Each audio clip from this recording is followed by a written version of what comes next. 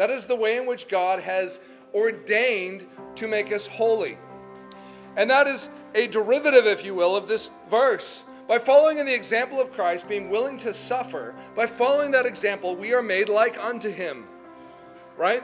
When we endure trials, when we endure mockery, and as I'll point out in our application, even when we endure just physical distress, whether that's through good hard work or even exercise, that there is a way in which we are following an example that teaches us and tutors us and instructs us about what godly suffering looks like.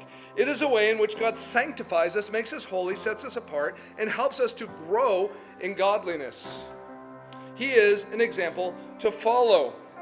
But he's not an example only. He's only an example worthy of following because of all the other things that he is as well. That he truly is God, that he truly is the God-man who is able to save us from our sins. There are many godly men who I would commend to you that you should follow their example. But none of them should ever be the example to follow, because none of them could ever attain to what Christ is.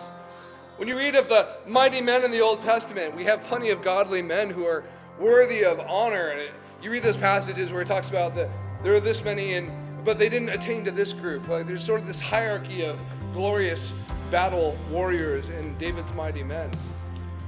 There's something to attain to there. When we look at godly pastors and theologians or other just godly men that have even led in military campaigns in our own nation, there are plenty of people that we can look to and aspire to be like. But none of them would be anything if they weren't aspiring to be like Christ himself. Those men who are worthy of emulation and following are only worthy of it because they are following Christ.